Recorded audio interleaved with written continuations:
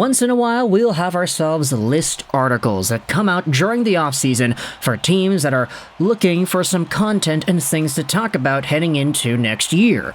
Articles like these are usually helpful to me, especially if they're in a list format, because it gives us a ton of video topics to go over and talk about over the next few days.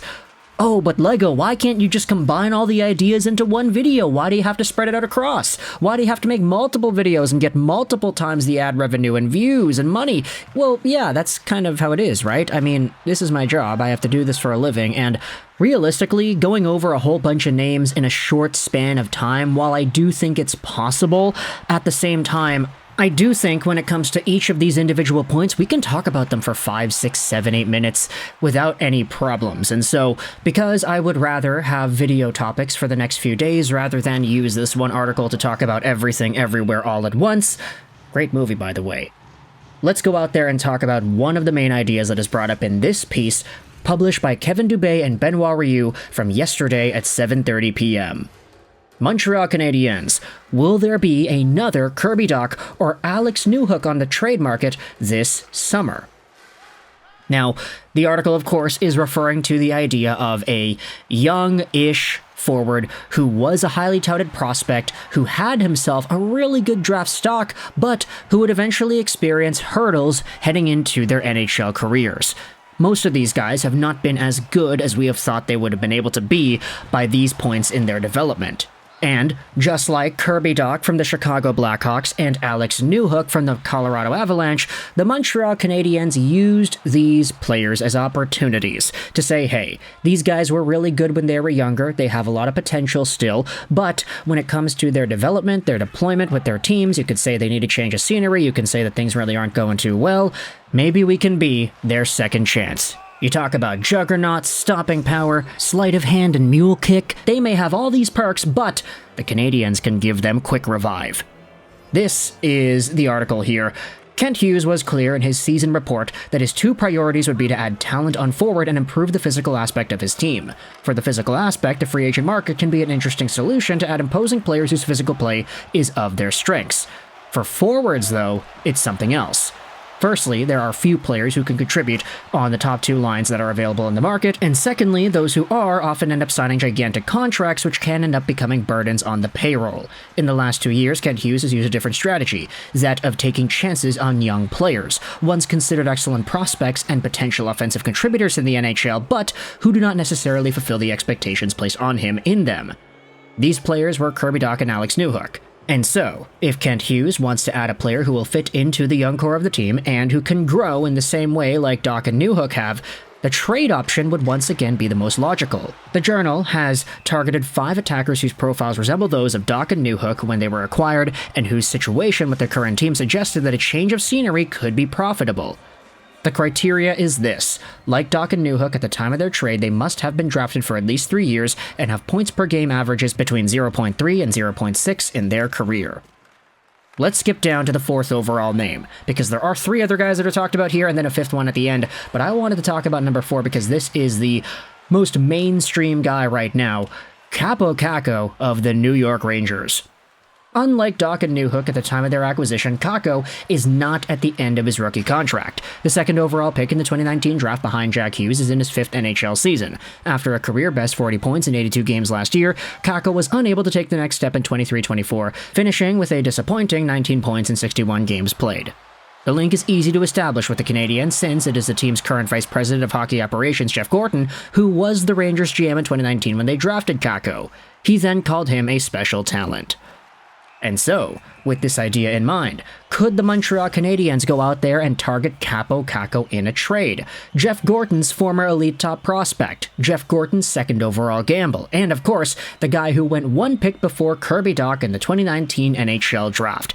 Everybody jokes around about how 2019 is this mystic and incredible year where the Canadiens keep on getting guys from because they got Caulfield at the 15th overall spot, they inevitably traded for Newhook, who was taken just a pick after Caulfield, and they inevitably traded for Dach, who was the 3rd overall pick, add on the rumors about Trevor Zegras, who was also a 2019 guy, and now Kaapo Kakko, who was 2nd overall in this year's draft, it makes for a very interesting discussion point as to where this team can go with their age ranges. Now, the thing about Kakko is that New York Rangers fans are in the playoffs right now. They're seeing that he is making an impact when, of course, his stick isn't being held in the crease.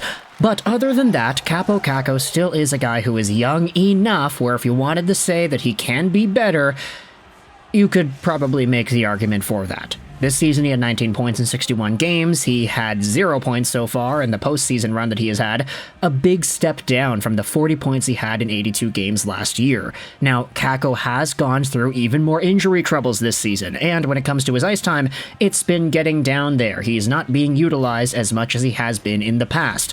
So, is this a player who needs a change of scenery? You can let me know your thoughts in the comment section below, but right now, Kaapo Kakko is listed as the 3rd line right wing, alongside Will Cooley and Alexander Wenberg. He is behind Lafreniere and Roslovic, and when it comes to long-term projectability, you have to start wondering, okay, Lafreniere has been starting to produce, Kaapo Kakko declined a little bit, and when it comes to power play, productivity, I mean, both of these guys are on the 2nd unit, but really, it's the 1st unit that's getting all the action done.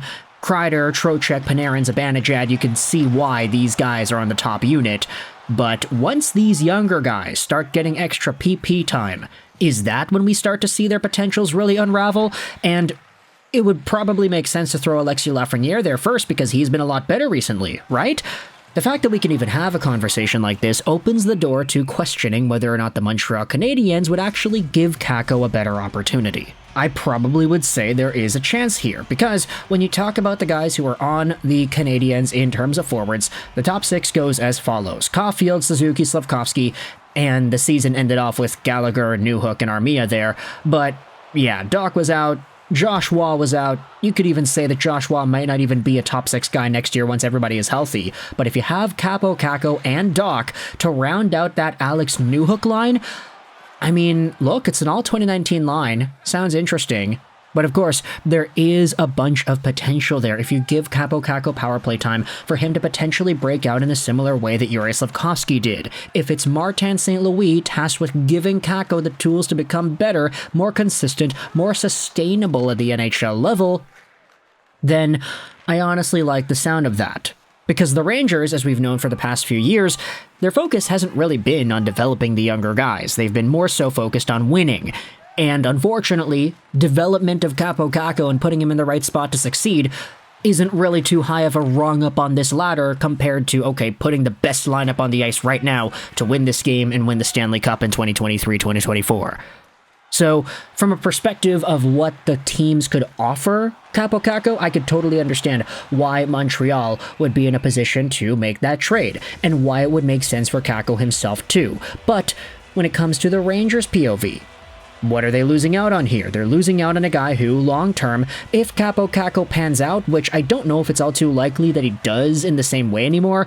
I mean, back when he was drafted, some people were saying, like, oh, he could become a, let's say, 80, 85 point guy, power forward, he's got some shooting talent and playmaking, this and that, and he could be a really hard to play against player with good work ethic. Like, there was a lot going on with Kaapo Kakko's development in 2019. But it's been a few years of up and down injury troubles and inconsistent playing time that now you have to wonder, is a change of scenery really what's needed here? And also, what would the price be? I mean, Dach and Newhook were both sold for pretty cheap, I would say, compared to what their values initially were in the 2019 draft, so if the Canadiens made a trade for Kakko, you would have to think that the price would not be too high.